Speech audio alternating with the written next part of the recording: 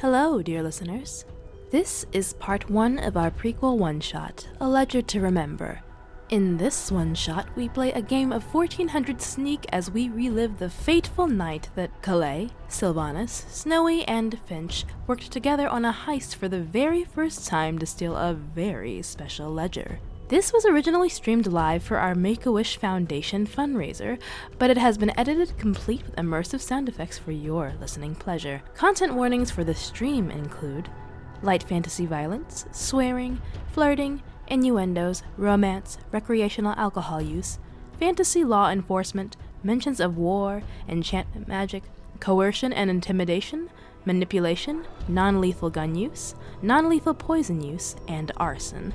Discretion is advised. Remember to take care of yourself and step away if needed. Now, without further ado, we welcome you to Capricious Provenance.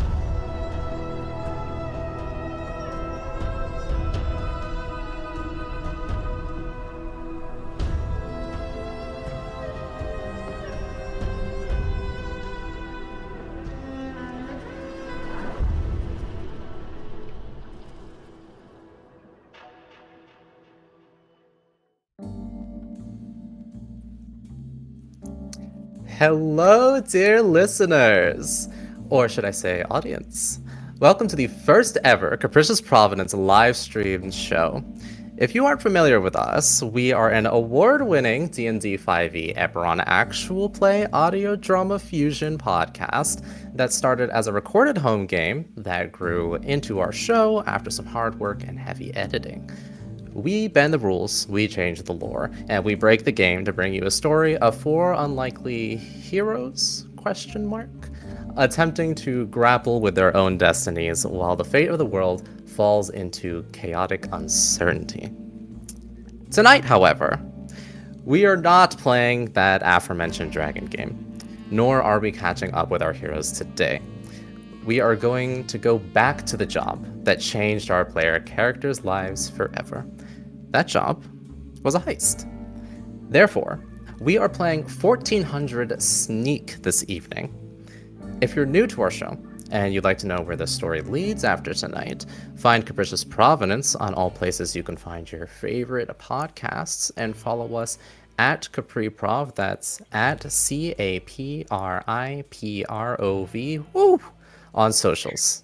This stream is actually part of the Make-A-Wish Foundation's Summer of Wishes fundraising event.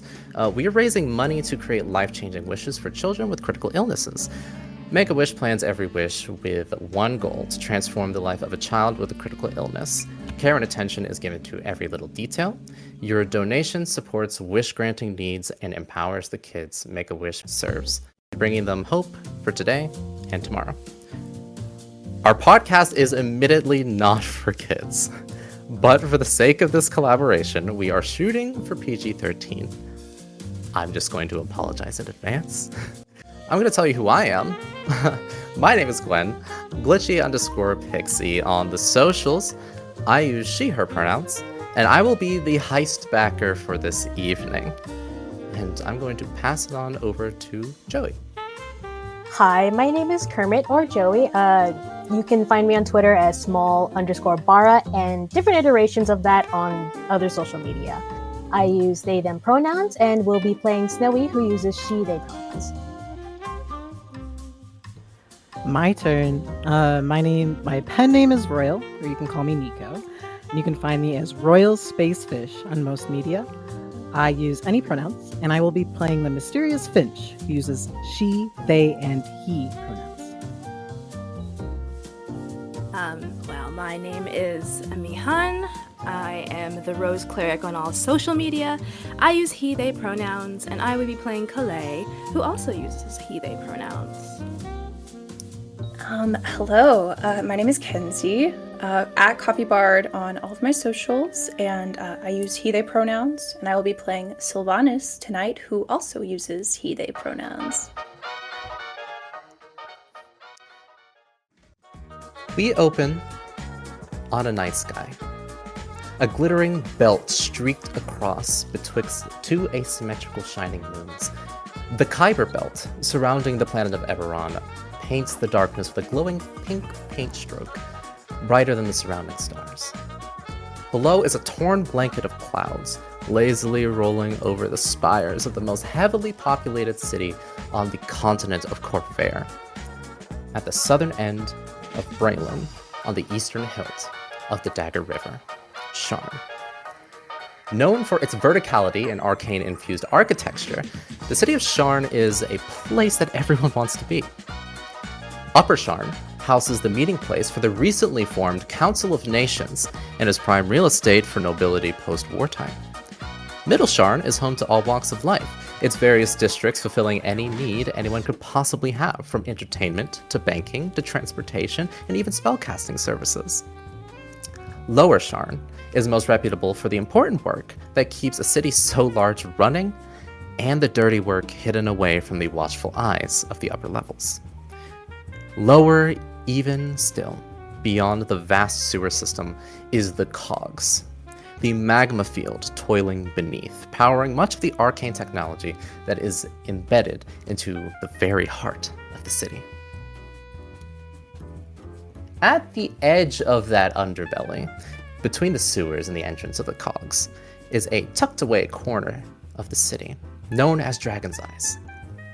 On the edge of this stretch of mismatched residencies and businesses known for their primarily changeling inhabitants, is a tower somehow even more misplaced than the space around it. The Mad Warlock's Tower, a remnant from a time even before the 100-Year War, remains untouched and named after its original purpose. Tonight, however, the Mad Warlock's Tower has been rented out for an event, an auction to be exact. The perfect location considering the legality of the items up for bidding, and the guests that wouldn't be caught dead participating if it weren't for the requirement of anonymity. The crooked, old gray bricked tower is alight within the upper levels, as participants, purses full, faces masked, dresses immaculate, flash their tickets to the guard to be let into this invite-only event.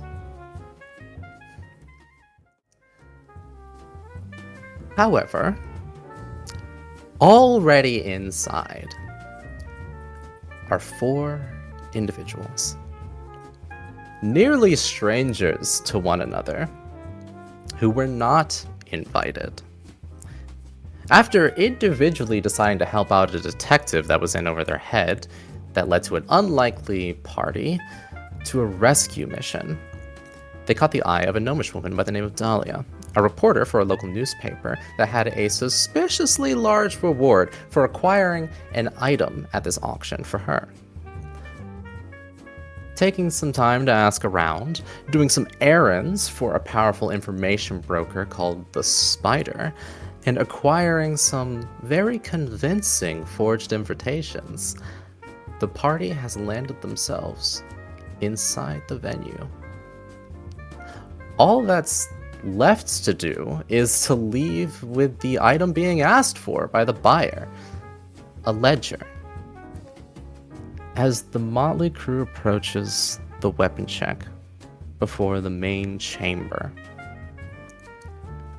what and who do the 2 hobgoblin guards see as you begin to approach?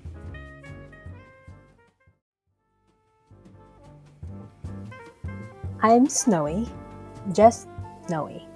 I grew up in the frost-covered mountains of Karnath with my father, Victor, with whom I lived for as long as I can remember. Life was peaceful, far away from the hustle and bustle of the closest towns and cities. I wouldn't have it any other way. However, it all came to an end when a scarred necromancer invaded our home and took my father away from me. From then on, I swore to get revenge no matter the cost. But without a plan or even a clue on where to start, I wandered across Karnath to the edge of the Mournlands, where I incidentally saved multiple refugees. With every rescued group came gratitude, and with every praise-filled conversation came gossip.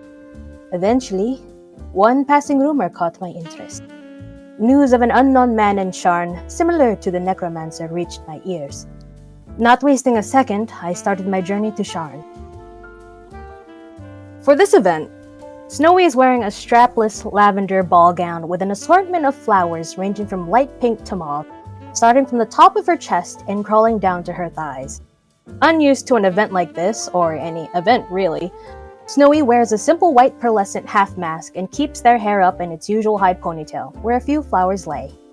Snowy's role in this heist will be securing an exit for their escape for when they acquire the ledger.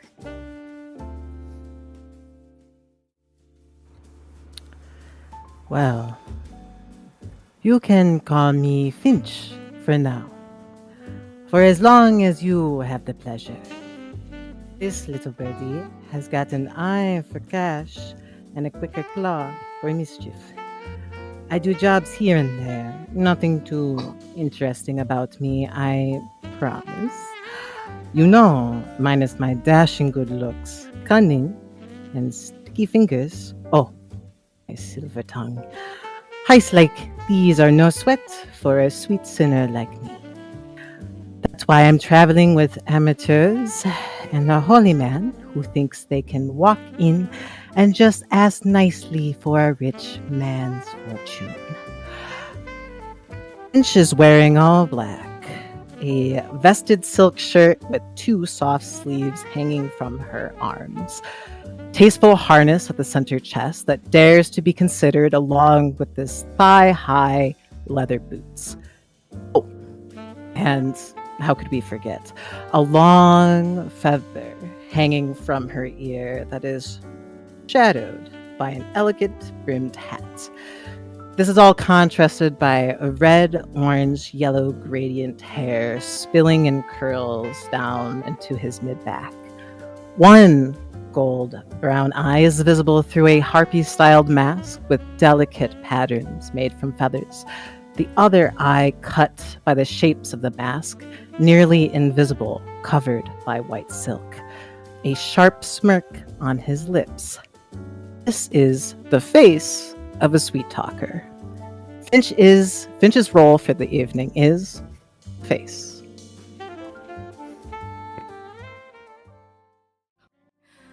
My name is Calais Maltasso, a name that has always been heavy on the tongues of those who wished for a savior in their hour of need. As the second-born demigod child of the goddess Corinthia, my reputation precedes me. I am the Flame Healer, one of the 6 divine children of prophecy that turned the tides in favor of the nation of Thrain during the last war. Trained since birth to be the perfect soldier. Every painting, every statue, every relic that decorates the halls of the Church of Flamekeep has reminded me of my purpose, and memories from the war haunt me as cries of pain, agony, and suffering often echo in my head. But I am no longer in the battlefield. I am also no longer in Thrain. I am halfway across the world in the city of Sharn, wandering around with a mild curiosity as I follow the guidance of the gods of the Silver Flame. In search of Corinthia, my mother, who disappeared after the war ended. In following my faith, however, I have landed myself in a situation I otherwise wouldn't dream of being in. Stealing from an illegal auction with 3 associates, a ranger who barely talks, a scholar who asks the most invasive questions, and a particularly annoying roguish individual who was plucking my last nerve between their long dark nails. But my attire for the evening, I intend to draw people in with, like a beacon. I have a long black curly hair with silver streaks, curls following delicately over my cream-colored shimmering mask, outlined in gold. The mask extends to my forehead, framing the blue unicorn horn that protrudes from it, the primary symbol of my divinity, being disguised as if it were part of the mask. Combined with my long tail, I appear to be wearing a unicorn-themed costume for the masquerade. My left eye is a bright opalescent blue, while my right eye glows brightly with a celestial fury that I carry around with me like a burden. I wear a glittering cream-colored blouse with large sleeves underneath an ornately patterned azure blue underbust corset that hugs my figure. And around my neck, I wear a golden pendant with an opal gem at the center.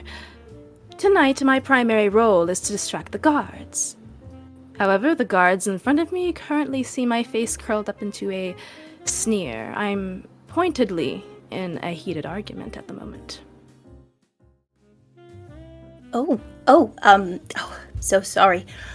My name is Sylvanas. To tell you the truth, I don't recall much of my upbringing or very much at all, to be honest, but the one thing I do recall is my endless fascination with flora and fauna and all things magical in nature.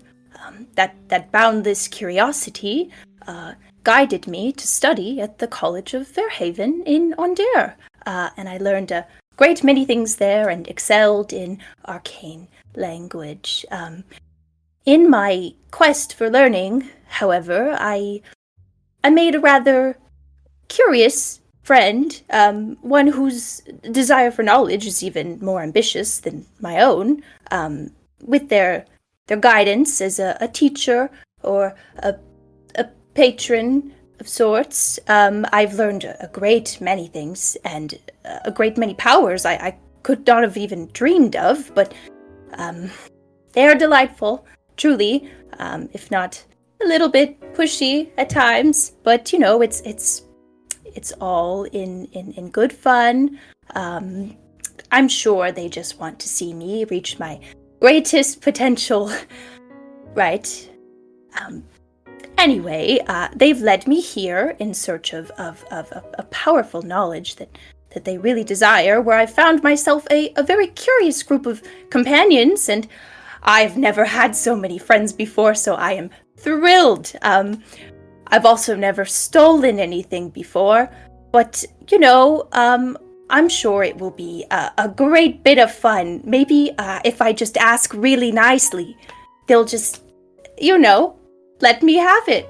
We'll find out. Sylvanas, in all of his glory, is standing in front of these guards in what would be very fine clothes on a more confident, striking individual, but he just looks a little strange and a little off-putting. He has long, pale, cream white hair that almost glows like moonlight, tied up into a thick, heavy braid that goes over his shoulder and down his back and is finished off with a little satin bow. A mask, a half mask, that is in the shape of a moth's wings mid-flight, covers, but does not conceal, his stark, bright white eyes as they stare at these two guards in kind of a... It's a lot. It's a lot to take in. He's wearing lots of pale moss greens and purples and blues, kind of looking like a forest at dusk. He's got this big, giant book in his clawed hands that he is scribbling in furiously at all times, no matter what. He looks excited to be here, if not a little tired. Very, very tired. But nonetheless, his role tonight will be the role of the trickster. And he's going to do his absolute best to dissuade other bidders from buying this item with his wonderful conversation skills.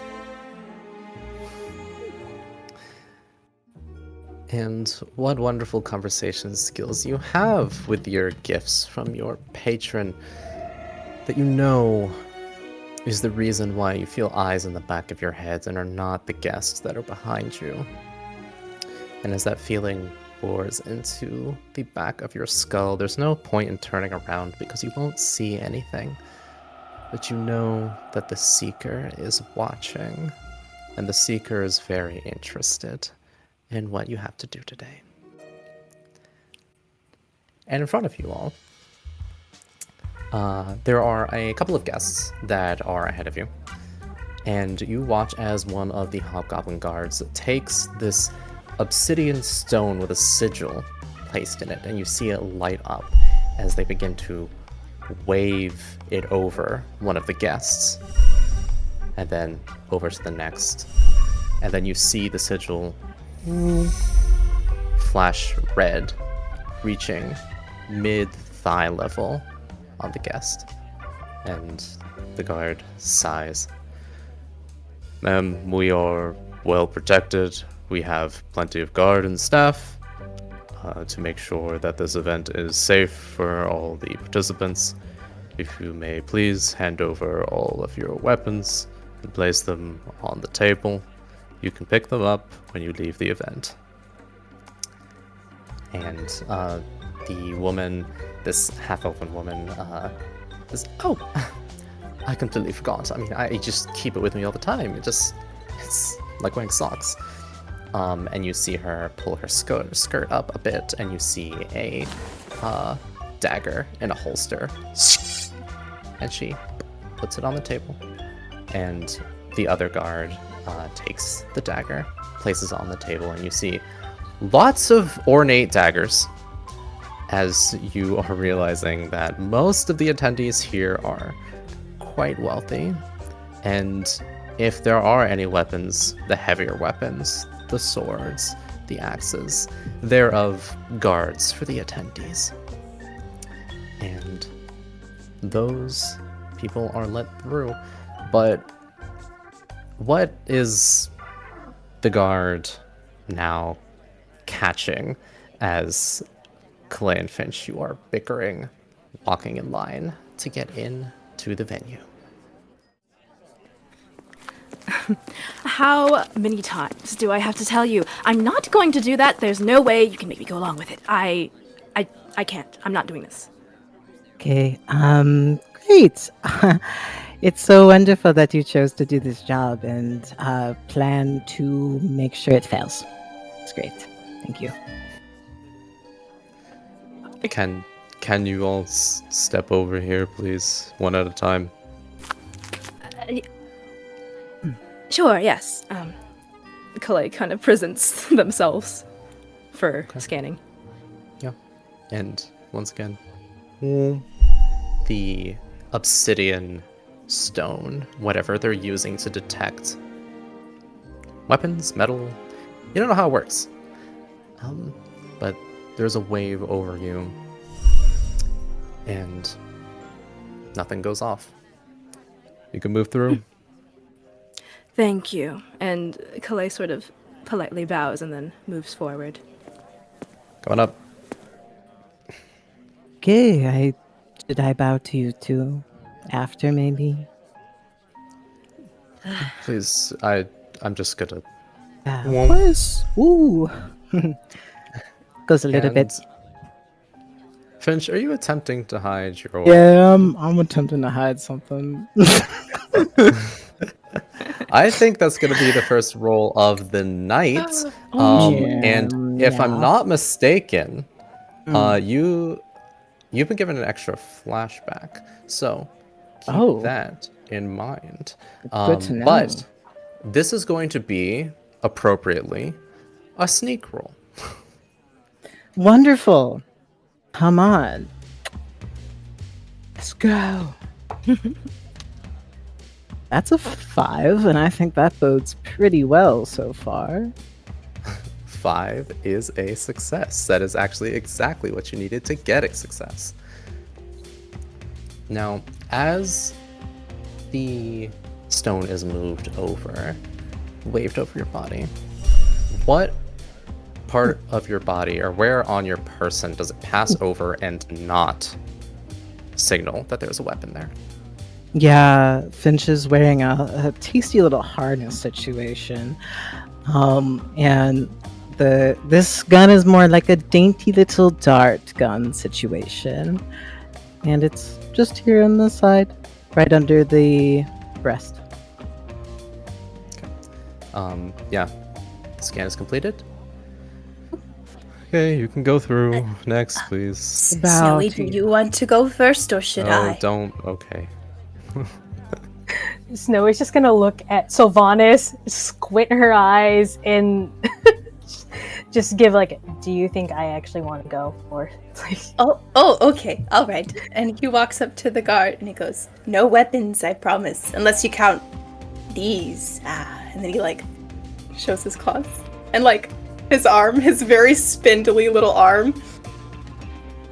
He stands there like this.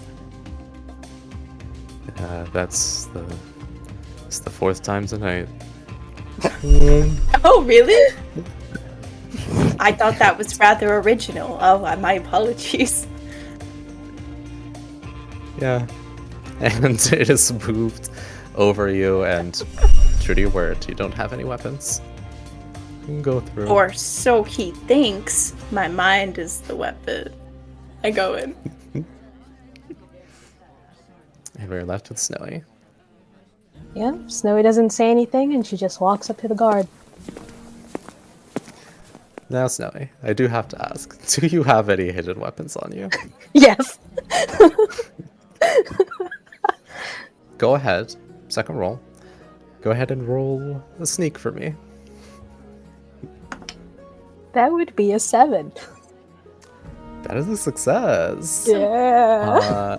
So, similarly, the guard hands it over you. And where on your person does the guard completely miss your hidden weapon, and what is it? It's between her thighs, and she has a dagger. Oh, gee.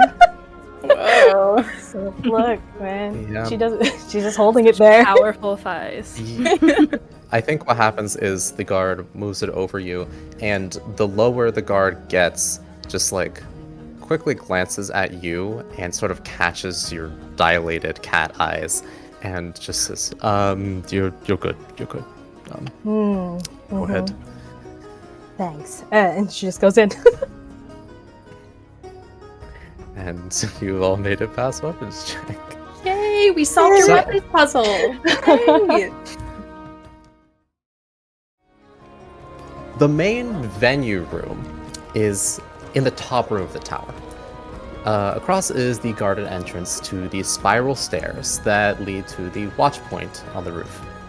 The room is aglow with ever-bright chandeliers, their blue and gold flames causing the light to bounce between the hanging crystals that dance across the ornate crimson rugs in the open floor and the tablecloths atop the catering tables.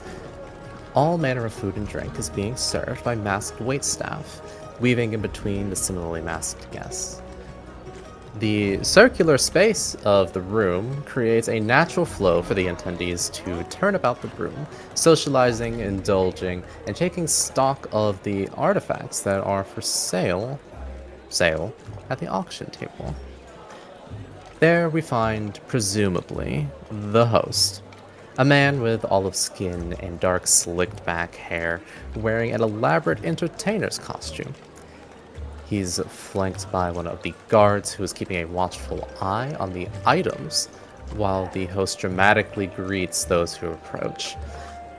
The room is abuzz with intrigue and excitement for the event, some of the wealthy clientele already taking their bidding signs in hand in anticipation, while the pre-party continues.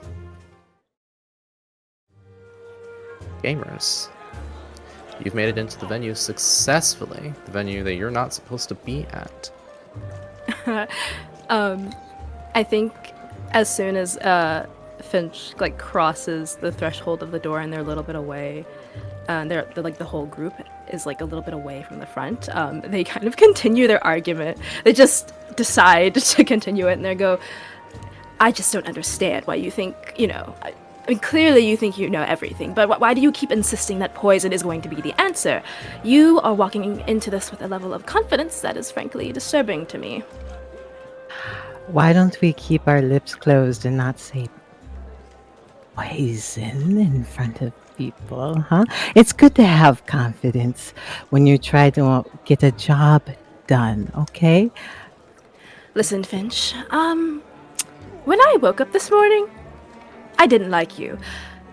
I certainly don't like you now, and maybe if you play your cards right, I will probably hate you by the end of the night. But one way or another, we all have to do our jobs and make sure no one here lands in hot water. So let's all keep a lookout for each other while we do what we need to do. Good. Have fun, everyone. Be safe. That was a lot. Yeah, maybe also, try not to say poison out loud. I get it. I understand. All Maybe right. like whisper it a little bit, like poison. You know. I don't have to keep listening to you. Great. Snowy, Sylvanus, Finch. Yes. Whispering, by the way. Like he's whispering. Don't worry. I'm going to go grab something to eat and head over to the auction table around there. Where will you all be going? Should we like scope out the scene? Should we find the exits and neutralize all of the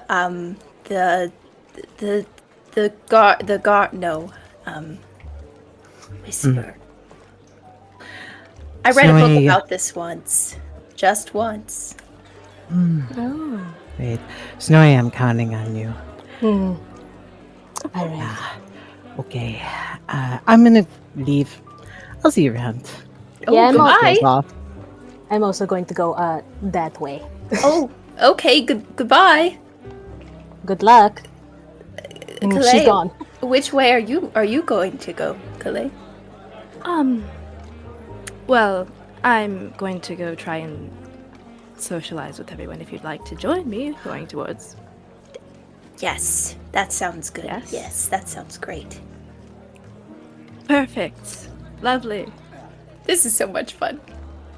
Oh, you think it's okay. Yeah. Fun is a word to use. Yes, and I did. Just Anyway. Just like there's like crickets. yeah, speaking of crickets, and just for fun, because you were arguing a little bit earlier, Kalei, can I get you to roll me a hide check to make sure that no prying ears were listening in when you were not whispering the word poison? Okay. A hide check. It's 1d8, correct? If you have a bonus in it, if you don't have any bonuses in it, it is a d6. That's right. Okay. Oh no. I rolled a 1. Oh, you rolled a 1. Mm-hmm. So good. Yeah, you go about your plans. Okay. I have the sweet talk mechanic. Does that come in here at all? Oh no, because nothing happens.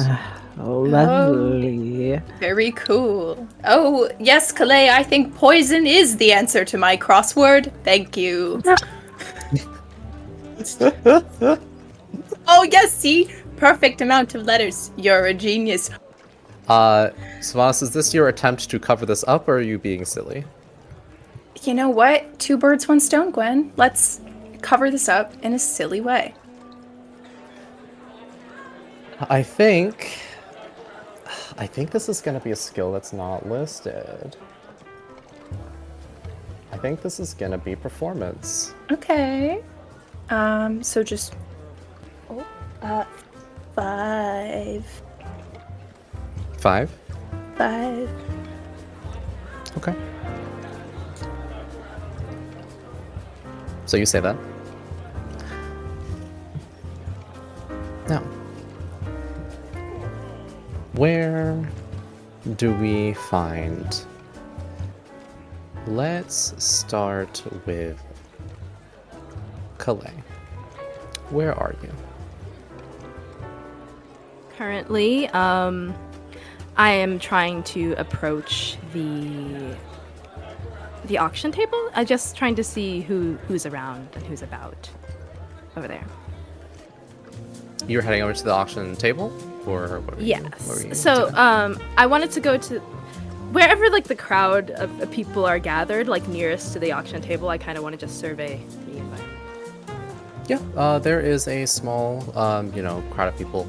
Again, the room itself is pretty crowded. There's quite a few people at this event, but there are like some people that are sort of up close as they can be. There is a sort of velvet rope that sort of sections off the area where the actual items are, and there are people sort of grouped and like looking, trying to look past shoulders to get a better look at the items. Some of them are talking with the host,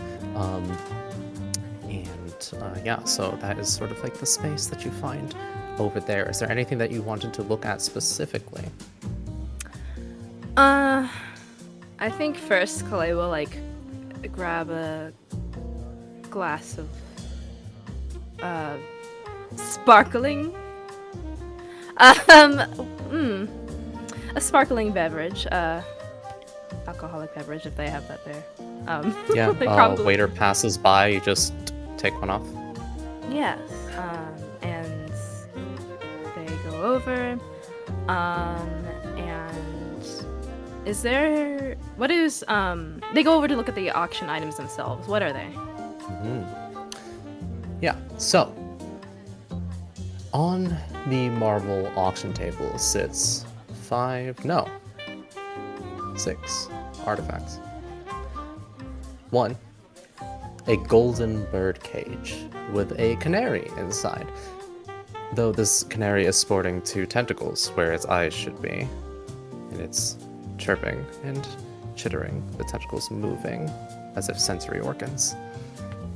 There's a shard of what appears to be some sort of ocean jasper suspended and vibrating vigorously in a glass tube. There is an opaline skeleton of a pseudo-dragon that is completely intact. There is also what looks to be a well-made but otherwise ordinary spyglass. One that you could wear and one that you could telescope out. There is also a silver mirror with a swirling purple cloud in the lens. It's very ornate. And then on the other end is a black leather-bound book with a similarly black kyber crystal embedded in the cover. Your target. Alright, it's just writing that down. I think Kalei will take a good glance at all of them. May I use clairvoyance to see what's the deal like with the silver mirror? And how are you using clairvoyance? What does it mean to do that? So I flavor this as Kalei's divine connection can give them access to perhaps knowledge from some of the gods that might be present with them at the moment. And whatever they ask for, like whenever they tune into it, they get bits and pieces of information. It could be audio, sensory, it could be visuals in their head, it could be even smells and tastes, things like that. And I assume maybe like the higher the roll, the more you'd be able to get a hold of the, like, I guess, purpose of, like, for an object, for example, you can, like, probably sense the history, or maybe where it's been. Let's find out. Yeah, we'll see.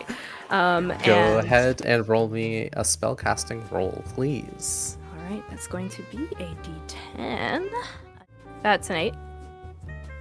An 8. Yeah. Okay. With an 8, you focus your attention onto this ornate mirror with its clouded surface. It's not reflective in the way that a mirror should be, which is odd. But you see those clouds beneath the surface of the silver. And as you reach out with your divine magic, you get this gentle pouring of information into your mind.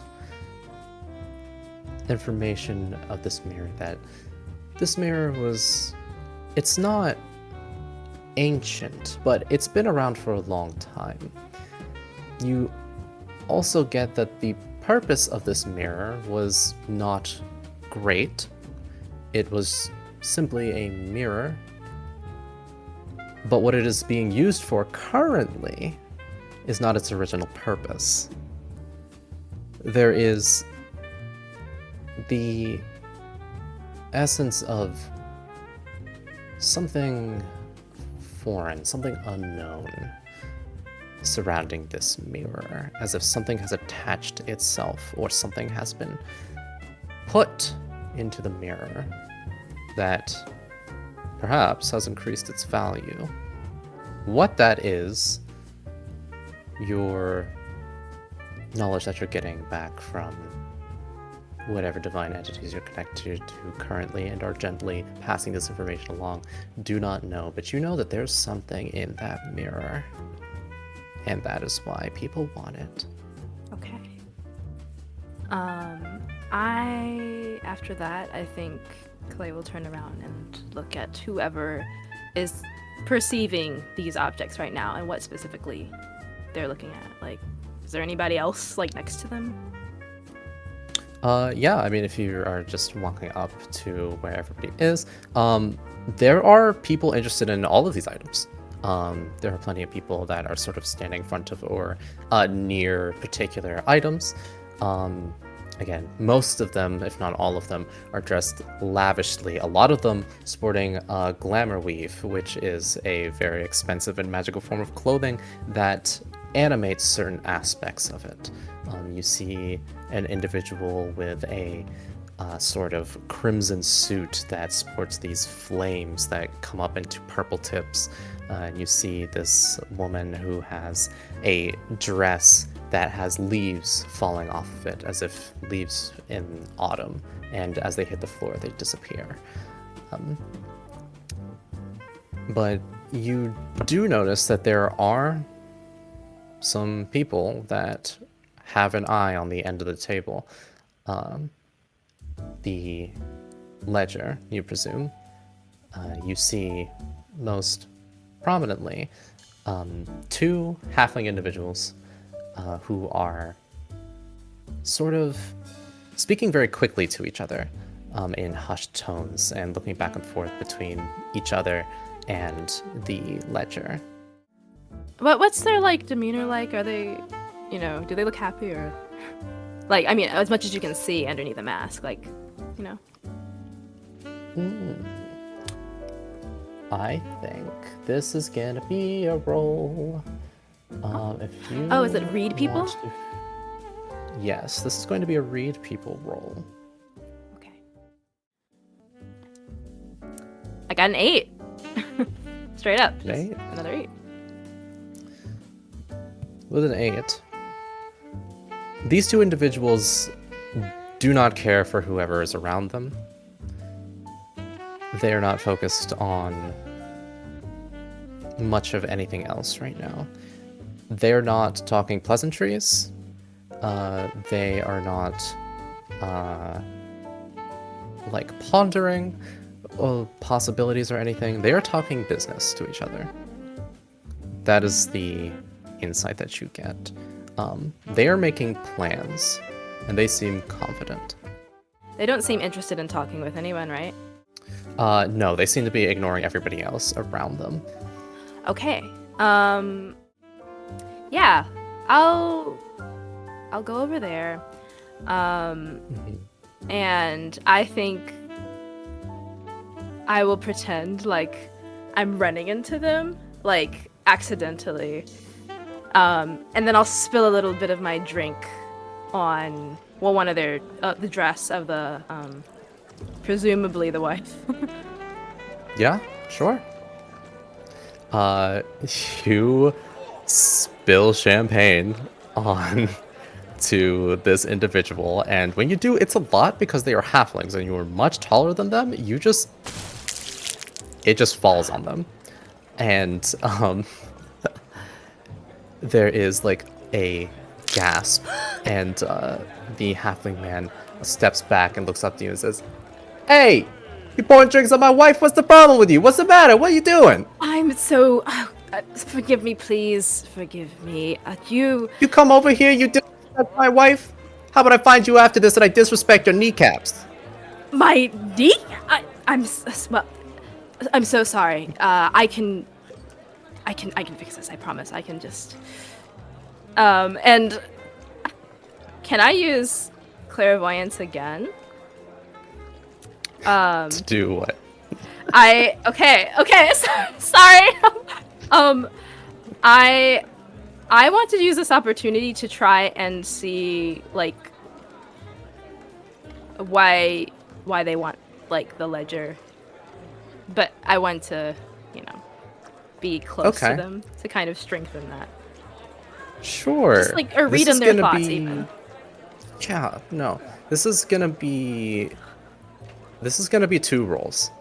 The first roll, I would like to see if you can get the spell off. Okay. And I do believe you have, just checking the chat here, I think you have gotten a boosted roll. Oh. Okay. Cool. So, Okay, so the boosted roll, how does that work? Do I add another d8 or? You bump up the size of the die. Oh, the bump up the size. Okay, so my spell casting die is actually a d10, so I do it to d12. Correct. I got an 11. Heyo. Very cool. So that's good. The spell is going to go off. I do need you to roll me a hide. No, this is sneak. A sneak roll to see Okay. if you can cast a spell without them noticing. Alrighty. Well, here's the problem with that. Mm-hmm. You don't know who you just bumped into, but I do. You are rolling at a hindrance, so you have a d4 for this roll. A d4. Sucks. Okay. Alright. I'm gonna shit my pants. Sorry. Oops, all fours. Oops, all fours. You want a high one for this one. I You got want a high 4. I got a 3. That's Oh, almost a 4. Okay. That's just a setback. For those of you who are not familiar with this system, if you are rolling at a hindrance, you automatically roll at a d4. You cannot have a success. You can only get a maximum of a setback. So, you cast your spell in the midst of this diversion that you've created by spilling a drink on a woman. And what you get is that these individuals were planning to get this ledger in the bidding. They are not concerned about how much it was or how high it would get in a bidding war. They're not concerned at all. They are completely confident that they would get it. And the discussion was, if this is what they wanted to get out of this auction, that they would hire somebody to translate it for however long that it takes, and then resell the translated version to multiple buyers. Capitalism. They say to themselves. So, what is the setback? The setback is that the halfling woman places a hand on the arm of the halfling man, and they're both in just very nice, dark clothing, dress and a suit. Not very descript, but just well made. And they have these matching masks, and the masks are that of somewhat reptilian, if you had to guess. Their teeth on the other side of the eyes raptor-esque, almost. Frills on the sides. And the woman puts an arm on her husband, and with the other hand, snaps her fingers, and the drink that you soaked her with is wicked away, and she's clean as ever. And says, "Now, darling, we are fine. I am okay. It was an accident, wasn't it now, my friend?" And you see this woman look up at you, and you see her eyes. You see these dark brown eyes flash this copper color for just a second. And you know that you have been found out, and she's choosing not to say anything. But from this, you also know that she's going to keep an eye on you. And she, clearly, is a much more powerful spellcaster than you. Gotcha. Understood. All right. I think Calais will sort of nod at that, and they'll say, "Yes, it was just an accident. I'm terribly sorry for interrupting." Just so Of course. just so I'm clear, they know Yes. that they know the entire everything that like, do they know who I'm with, or do they know what No, I'm trying to do? No, the halfling woman is aware that you cast a spell, and is aware that you were trying to be nosy. Okay, all right. So we're still, it's still anyone's game. It's still anyone's game. It's still anyone's Still game. anyone's game. Okay. All right. Okay then. So I think Calais will immediately leave. You know, overstay their welcome. Yes, very much so. Where's Sylvanas? Where is Sylvanas? Indeed. He's just kind of spinning around, just standing in the middle of the room, just kind of like, "Oh, wow. Oh, these masks. Oh, how beautiful. Wow, this is such a lovely room. Isn't this fun?" He's just like chatting to himself about how nice of a time he's having right now. Not too far away. I think Calais will pretend to run into Sylvanas, like clumsily, and they'll like kind of like, "Oh my goodness!" Whoa. And then they'll like kind of grasp them by their shoulders, and they'll look up at them, and they'll whisper, "Oh, the halfling woman next to, who's coupled up with a man next to the ledger. They knew I cast a spell on them, Oh, but I found out that they are very confident about buying the ledger. They seem very rich. They're going to resell it. They're going to upsell it rather, and Oh.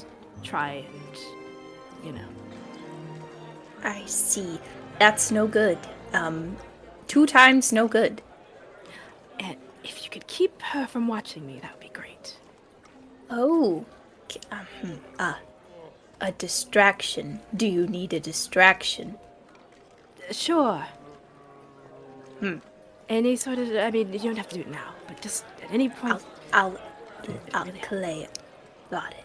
I'll keep it locked back here if it looks like you need it. I've got you, Calais. Kind of pats your shoulder really hard. All right, and then Calais will breeze past. Yeah. And Sylvanas, you kind of glance over to the people Clay was talking about, and you see the 2 individuals, and you just hear this like, "No, I'm gonna find the guy. I'm gonna bust his knee." What? How dare he? Like, what are you talking about? Like, we can't just let this slide. That's why we. It's like, honey, we're trying to keep a low profile. It's fine. We're good. It's fine. Don't worry. I have it handled. It's fine. Like, alright, okay. It just look. We're in public, you know. Anyway, alright. I'm gonna go get some more. You want some more wine? I got you. I got you, honey. And Sylvanas, what are you doing? Well, I'm starting to think that people don't have fun at these things. Okay. My job is to dissuade bidders. So, Sylvanas is gonna look around for some bidders to dissuade. He's gonna look around for anyone that seems like they got a lot of cash and they're here to spend it. So true. Here's the thing. Everybody here looks like they got a lot of cash. Yeah. But are you just looking for the people who are most interested, or specifically interested in the ledger, or are you just looking for interesting individuals? Half specifically people looking for the ledger, and then kind of half just very interesting people, because Sylvanas cannot help but people watch. It's a little bit of both. Okay. Yeah. Yeah, I mean, there's all kinds of people here. Just sort of a little beyond the halfling couple, is this very tall, gangly bugbear individual who has very nice scholarly clothes on, stuff that you would recognize. And he also similarly is like writing notes and sort of like looking up. He has tiny little glasses, and he shifts up and squints at the table and is looking at all the items, but sort of like landing on the ledger and nodding, writing something down. You also see, moving past sort of where the ledger is, you see this small human man, very old, long gray, sort of unkept hair, sort of wondering why this individual is here, but their clothes are like fairly nice, but more nicely dressed is their bodyguard, who towers over them. Massive individual, who has a face that's completely wrapped in bandages, and they are in this incredibly nice suit, and the bodyguard is saying absolutely nothing as the man is muttering to himself. And you also see a drow individual who seems so nervous, seems a little out of place, not in the way that they look, but just in the way that they're carrying themselves. Like, they don't seem like they know what they're doing. But you also see a gorgeous woman with brown skin and very long hair, tied up in 3 separate buns, and there's still hair going past the shoulders. She's wearing this red suit with just small armor pieces on for like pauldrons, and one that is sort of almost acting like a choker with rubies embedded into it. Her dress is rather elaborate and flowing. You can assume it's glamour weave, the way that it is blowing as if it is in a slight embered wind, where bits of the clothing are sort of burning at the ends and reforming. And she seems to be just, again, she's here alone, and she is turning about the room, not looking she's not engaged with anybody, but she seems to be doing something similar to you, as in just taking it all in, seeing where everybody's at. And those are some of the more interesting people that you can sort of pick out at the moment. Okay. Sylvanas kind of takes a breath, sort of closes his eyes, and then sort of does my friend, my teacher, my wonderful source of guidance, feel particularly strongly about any of these individuals right now? You feel the watchful eyes of your patron, the Seeker, draw your attention over to the ledger. There's no words. There's no guidance about who you should talk to. It is just the objective, by whatever means. Straight and to the point. Yes. All right. Okay. Sylvanas is going to kind of straighten himself up, and then glance around nearest to him for a waiter who's carrying a little drink plate, and then he's gonna kind of, how much do I owe you for the... Just hands you the drink and walks away. Oh, free drink. Do it. Okay. And he just holds it. He does not drink it. He just holds it. And then he's going to nonchalantly as a bright blue antlered tiefling looking strange and off-putting can be, sort of like kind of sidle up next to that beautiful woman in the suit. Like he's also just kind of surveying the crowd as he was, trying to be kind of nonchalant about it. And just sort of like, and just like as a half remark, be like, wonderful evening, is it not? This woman, also drink in hand, sort of doesn't turn to you, looks with her eyes behind a golden mask first, her golden irises matching before turning to you. Oh. Yes, I suppose it is a lovely evening. Are you people watching as well? Oh, is it obvious? I try to be discreet, but, I can't help myself sometimes. Then are you just here for the dalliances, or are you interested in any of these items for the auction? Oh, well, a little bit of both, a little bit of this and that. I love a good party. Never really been to one, to be fair, but I'm enjoying myself right now. So, anyway, yes, I am interested in some of the, magical artifacts. I have a great curiosity for magical artifacts. Just scoping the scene, I guess. How about yourself? She looks you over, and the way that she looks at you, it's not the same as your patron, and it's not the same as somebody that you just run into on the street. It's in the way that maybe a top order predator is deciding whether or not that this kill is worth it. And she presumably raises an eyebrow and says, well, are you a scholar of some kind, an artist? She gestures to your book. Yes. Oh, yes, both. Well, I dabble in sketching. It's not my primary, it's just a hobby anyway. Yes, scholar, absolutely. I studied for quite some time at Fairhaven for arcane languages. It is my greatest passion. You don't say. And now she fully turns to you. Well, for one, I consider myself a bit of a scholar and an artist myself.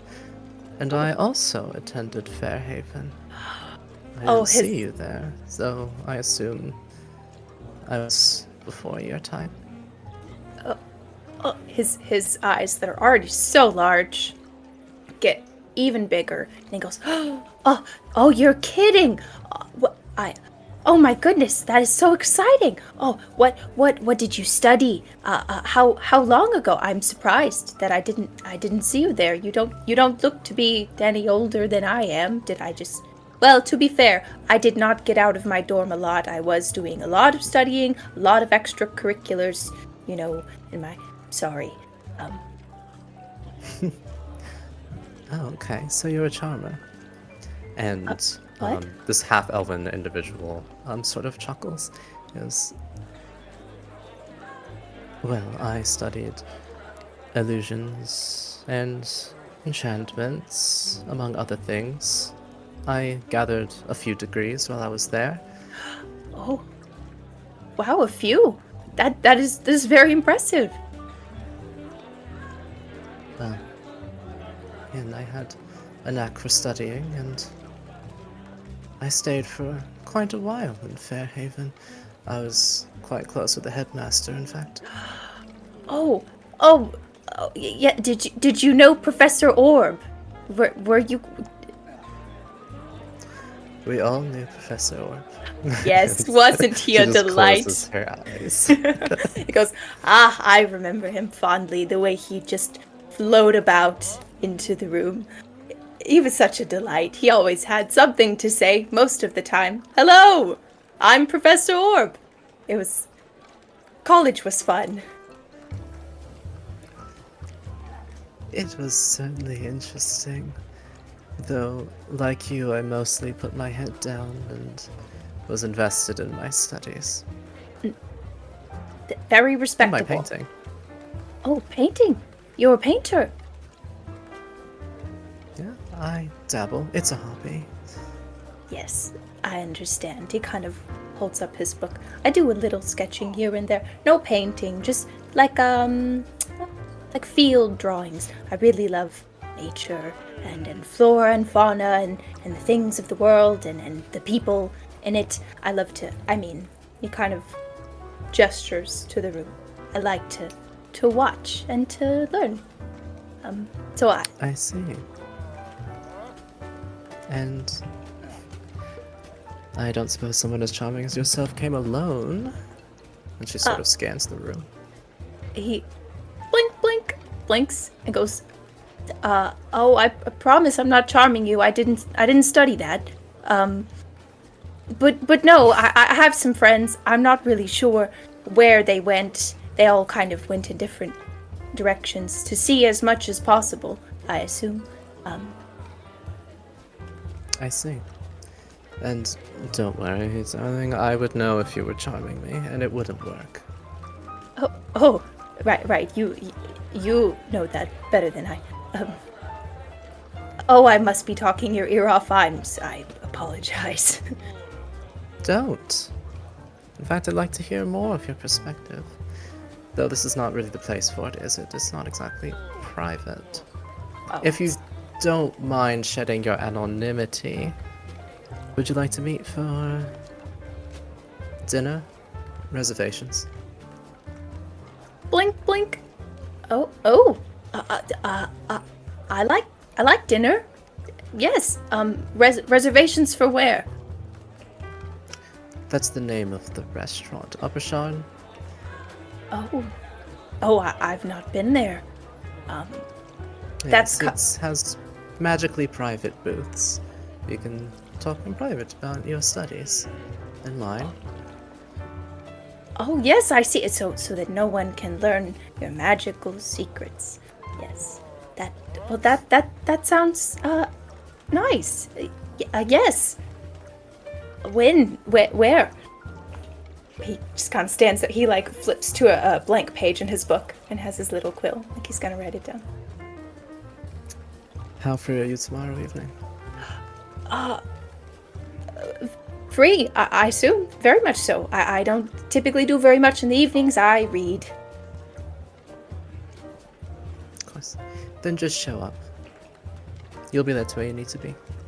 Oh, right. Should I ask for a name? Should I say something? I'll give you that tomorrow. How about that? Oh, right. Because of the he points at his little mask. Yes, I understand. Well,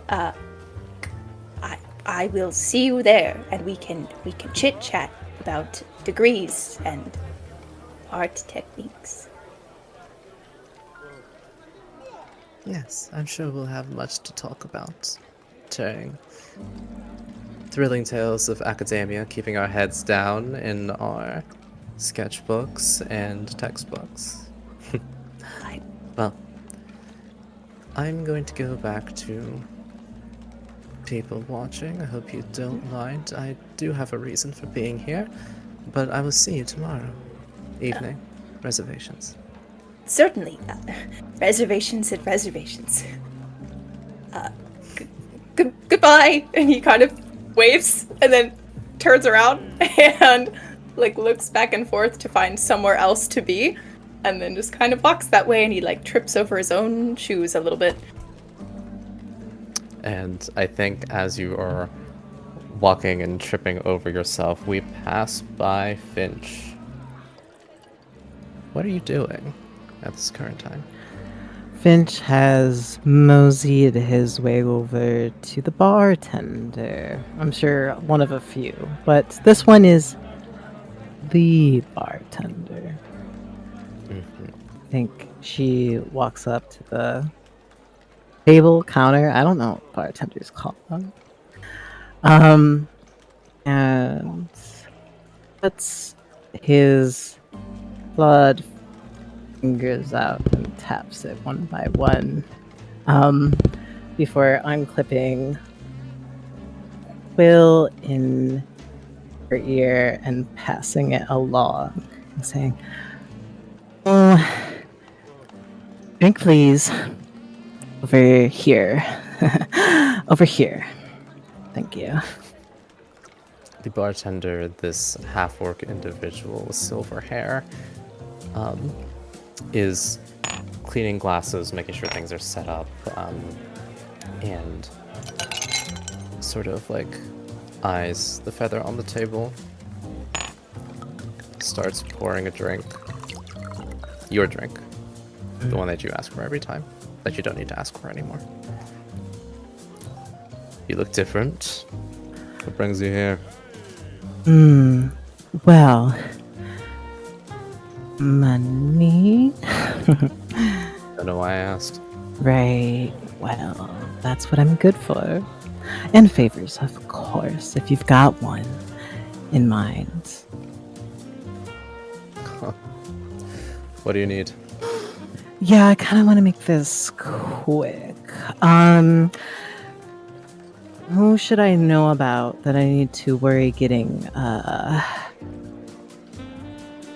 ledger? If you don't know that, just give me a heads up on literally anything you know. Oh. That I could tell you. Passes your drink over. And begins cutting limes. So, I'm sure you're aware, nothing in this auction is legal. So, if you are trying to get this for anybody, make sure you do it quietly. Most of these people are upper echelon, higher Sharn. You know? Yeah. People we don't usually spend a lot of time with. People we keep eyes on. Right. No. I can't tell you for certain who's who, considering the amount of glamour weave and illusion magic that's going on. But I'd be careful of anybody keeping themselves close to their chests. I don't know how I feel about the host either. Seems a little in over his head. Being very vague about where the items came from and where the money's going. Sounds fun and very suspicious. Great. You've been maybe in and out of here. You know anywhere where I can get a little closer to the auction items?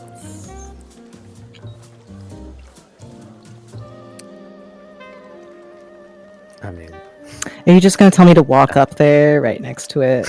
Is that what's coming right now? alright, so our rapport is getting a little old.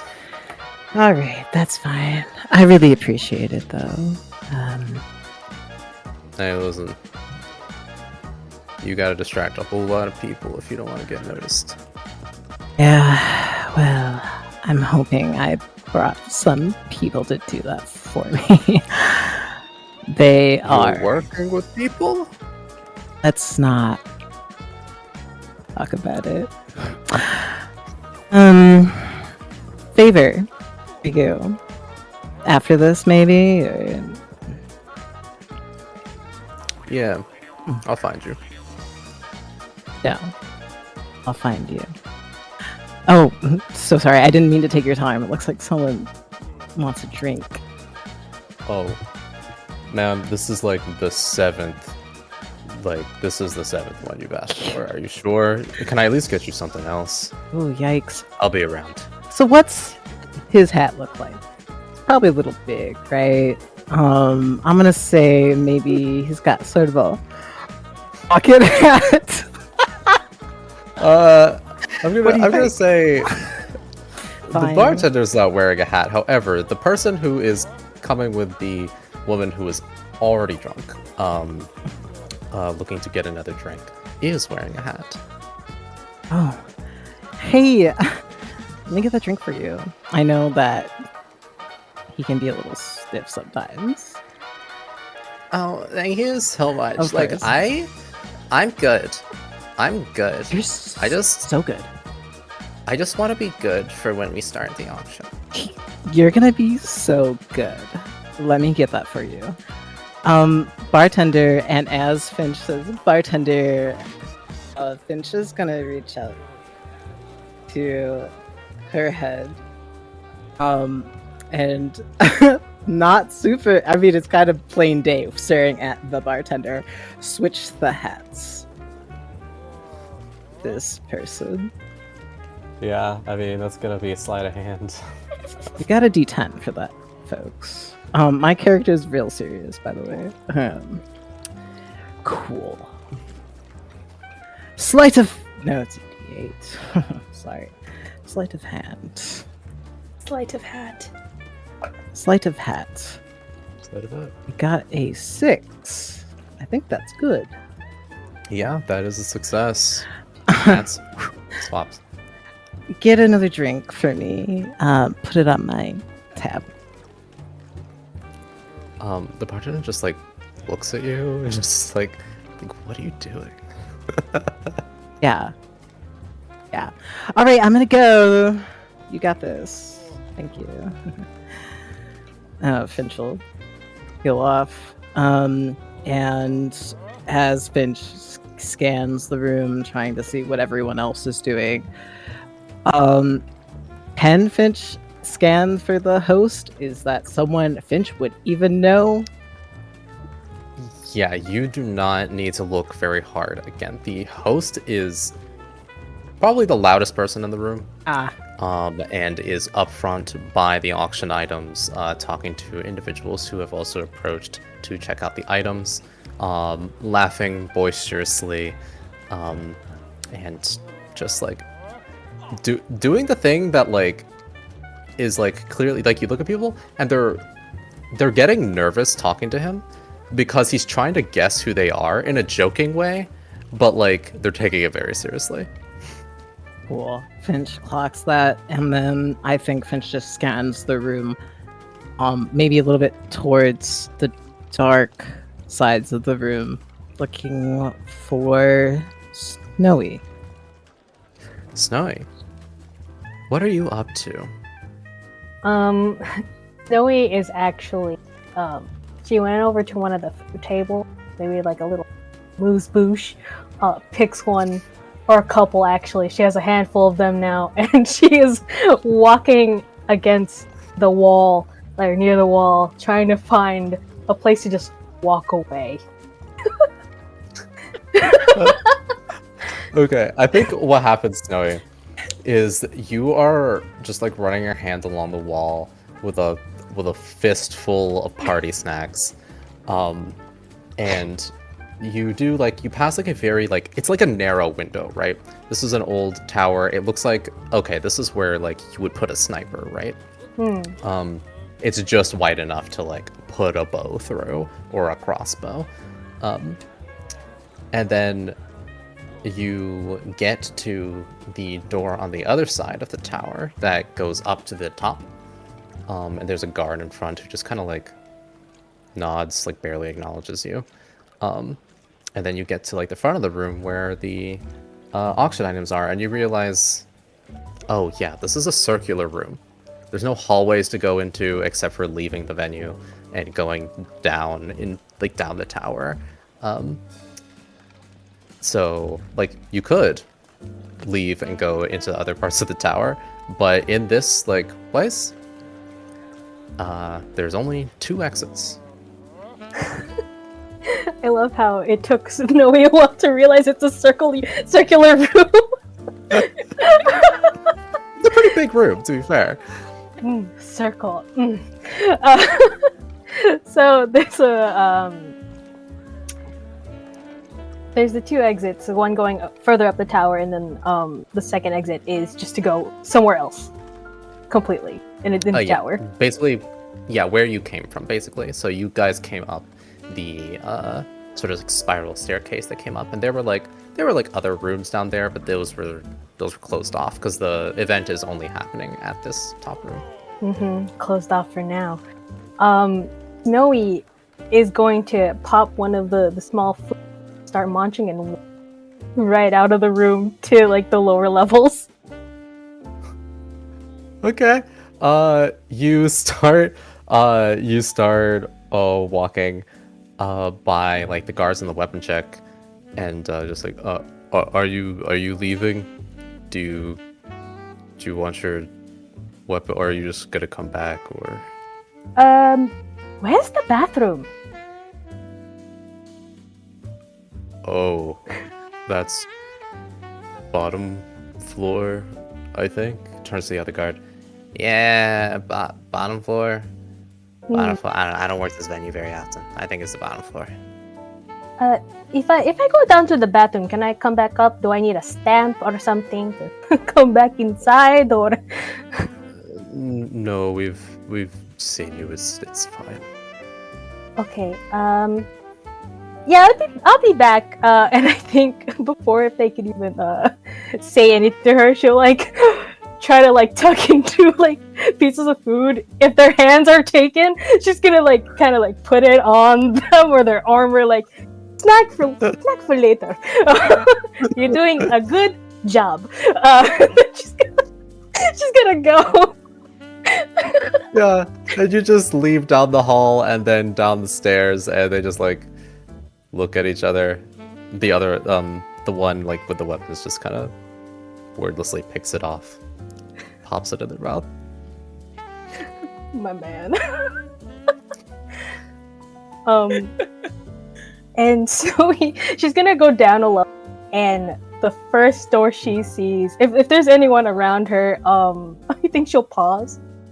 And if they walk by, or if I don't know, she'll just wait until no one's there, and then she'll open the first door she sees. Yeah, so it's a tower, so it's kind of like it's a pretty crooked tower, right? So it's a spiral staircase along the edges of the tower, sort of like the inner edges. And then there's like floors, and there is like a couple of like rooms within the intersection of towers. And yeah, there are still guests kind of coming in, though it seems like most of the guests are here, but like there's a couple of people that like walk past you, and you wait for a bit. And you grab the handle. So if you just went one level down, this door is locked. Would you like to try to open it somehow? Yes, I would. I actually have in my set of tools have lockpicks. Yeah, I mean, that is what they're for. So I think I'll let you pitch it to me. What do you think this is? Oh god. I guess I would consider it sneak, just because she's trying to do it stealthily and like quietly. It's gonna like, fiddle with the doorknob with her lockpicks. You know what? I think I'm gonna say that's not something you have to worry about. There's nobody on this floor. So I'm gonna not give you a hindrance because there's nobody here, but I think it's gonna be a sleight of hand. Okay, yeah, that makes more sense. If there are people around, I think sneak would be appropriate, but right now you are alone. Okay. Since I don't have that skill, that is a D6? That's a D6. Okay. That would be a 3. A 3, okay. I think what that means is that you get the door open. Ping. But you're not gonna be able to use these tools again. Oh man, it's just like Skyrim. Oh no! She's gonna just little chick, and she's gonna go. Got these. Okay. And she's gonna take the 2 broken pieces she has from those lockpicks, put it back in her pouch. What pouch? I don't know. And walk inside the room. Yeah, you open the door. Wait, let me do a Mercer. Hold on. And you walk into the room, and it is dark in here. First off, but that doesn't matter to you because with your super Gloomstalker eyes, you can see perfectly fine in grayscale in here. Yeah. And it seems like this is like another room that would be for a venue, like an event. And I think if you want to get more information out of this room, I'm gonna say this is like a lookout roll. That will be a 5. Okay, that's good. There are a lot of things covered in like cloths and tarps in this room. It's not as big as the room at the top floor. It kind of looks like there are some things like in storage here. And if you sort of uncover some of them, you see that there are some of these are instrument boxes. And there are extra candles and things, and you're realizing that like, oh, okay, there's an event happening tonight. Whoever owns this tower probably just rents it out for events. Whatever its original intended purpose was, it has been bought out by somebody, and they just rent it to people who want to have a quirky venue. So this is just another venue or like another room to have events in. Are there like bigger or like windows here? There are similarly the small slitted windows. No, with your roll, you look and you don't find anything in terms of like weapons or anything. Again, a lot of it is like things that you would need for venues. So there's like glasses, and there are more tablecloths and tables in here. It looks like this is where they're keeping a lot of the stuff. Like this room might not get a lot of use. But I will say, as you're moving things, your foot sort of hits sort of like a inconsistency in the wooden flooring. Ooh. Snowy's gonna lean down and see whatever she kicked. Yeah, you do so, and you realize that there is a hatch under one of these rugs. So it's gonna try and open it. Yeah. I think what happens is you open the hatch and you realize immediately you sort of like squint your eyes because there is suddenly light. Basically, you're looking down from the ceiling of the floor below you, and there are candles in here. It's brightly lit, and you see this. You see this dwarven individual, a little older, has a comb over, and has like a very like nice suit. Is talking to a human and an elven individual. And you sort of overhear them like, I don't know. I don't know. I don't know where the items are from. Did we need to know that? He said that he sourced them himself. It should be fine, right? It's good. We don't even have like this is private security. We don't have Sharn watch here. They don't even come down here, so it's fine, right? It doesn't matter. It doesn't. I mean, it's legal. I mean, why would it be a problem? We can't verify where any of these items came from. Is that it could be? It's a risk factor. Like, what do we? What happens if Charm Watch comes in here, they're not always in uniform. Like, we have no idea. Like, we're trying to run a legit business here. Okay. I mean, yes, I understand. I mean, I can go up. I can talk to the owner again. I'm sure he can smooth things over. I'm sure maybe there's just a detail I missed.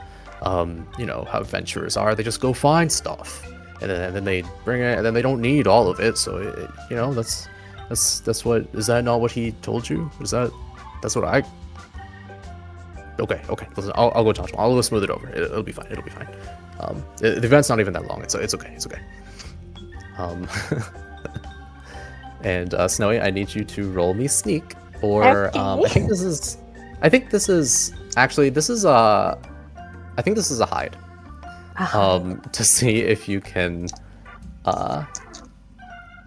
unless you're trying to drop into this room for whatever reason without getting unnoticed. I'll ask you, do you want to try to drop into this room, or do you want to try to close the hatch without getting noticed? I think Snowy is going to want to close the hatch without being noticed. Okay, I think that is a hide. That will be a 5. That's good. You very quietly. And you close the hatch, and you kind of sit there in the darkness, and you're like going over this conversation you overheard.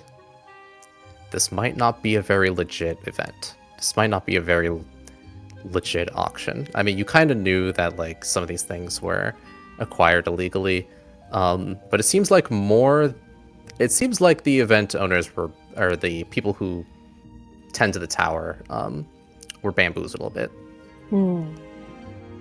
Okay.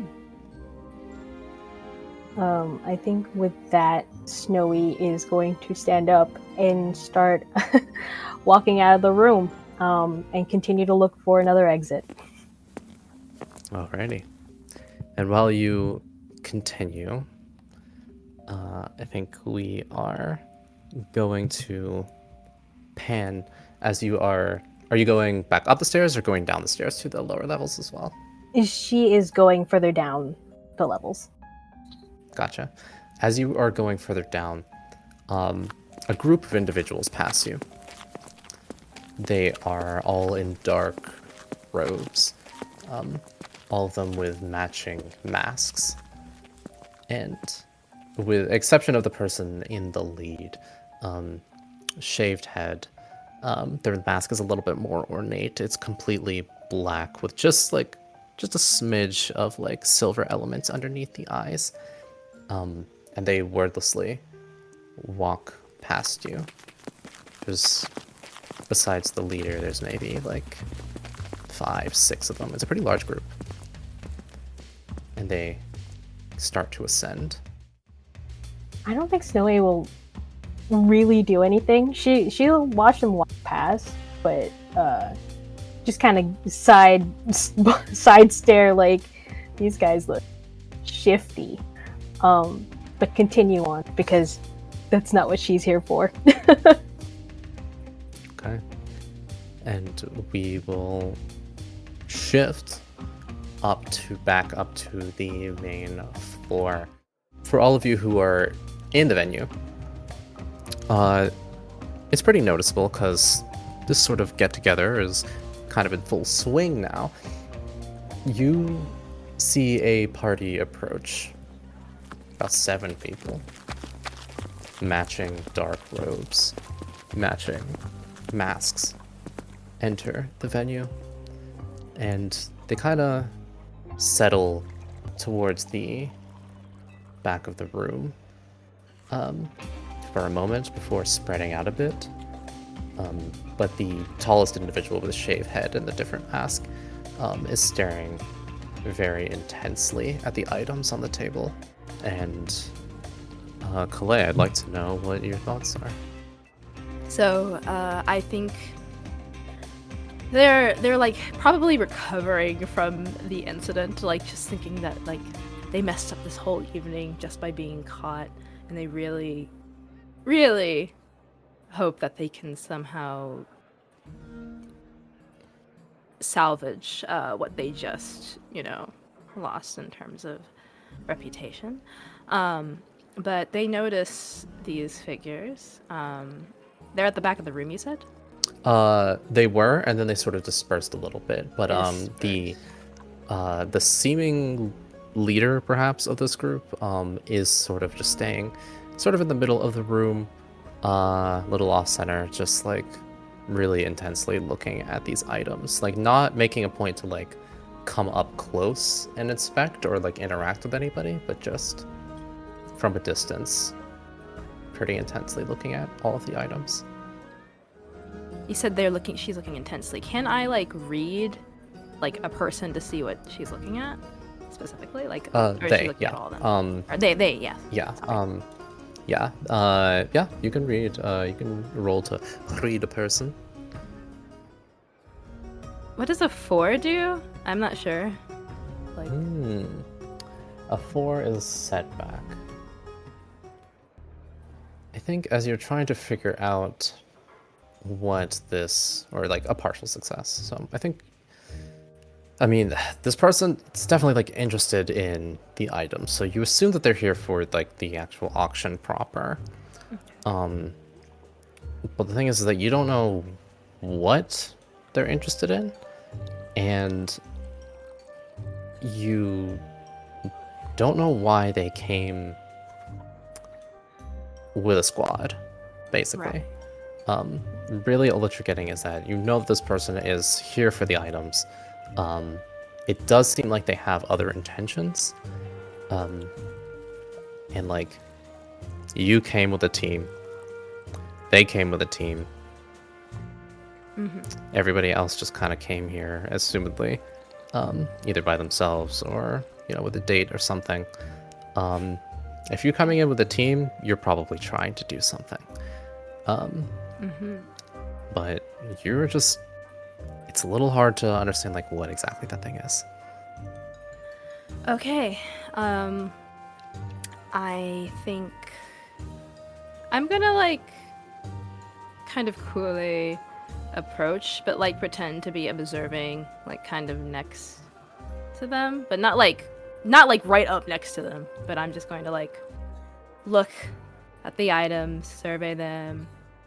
As you sort of, like, do that, even though you're, like, not right next to them, as you are, like, planning to sort of, like, see what you can do to, like, get some sort of interaction with this individual, they move away from you.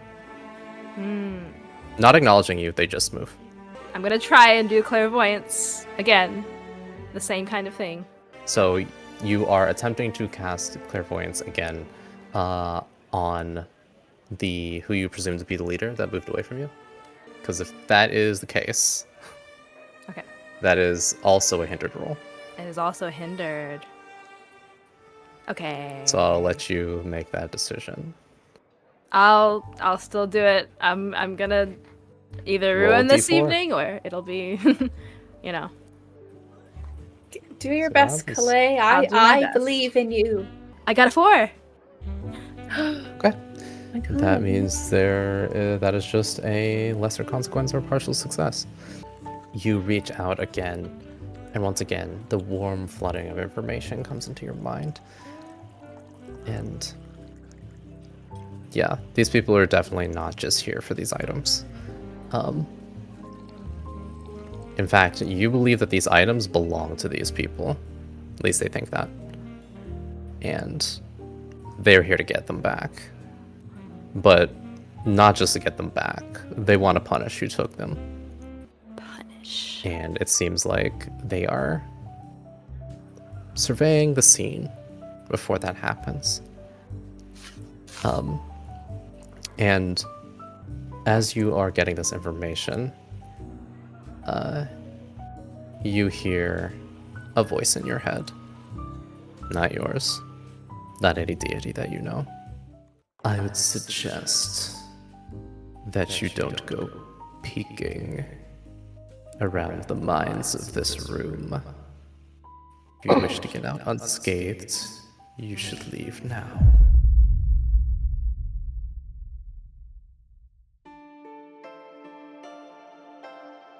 Thank you for listening to part 1 of our prequel one-shot, A Ledger to Remember. Part 2 is also up and available for your listening pleasure. If you have any desire to view our lightly edited livestream, it is also uploaded to YouTube. If you feel that you missed any important details, we do have episode recaps available on our website. If you like what you heard, don't forget to rate our podcast and follow our social media. And if any other listener writes a review for us on any social media platform, we will happily read it out loud at the end of our episodes. See you next time, dear listener.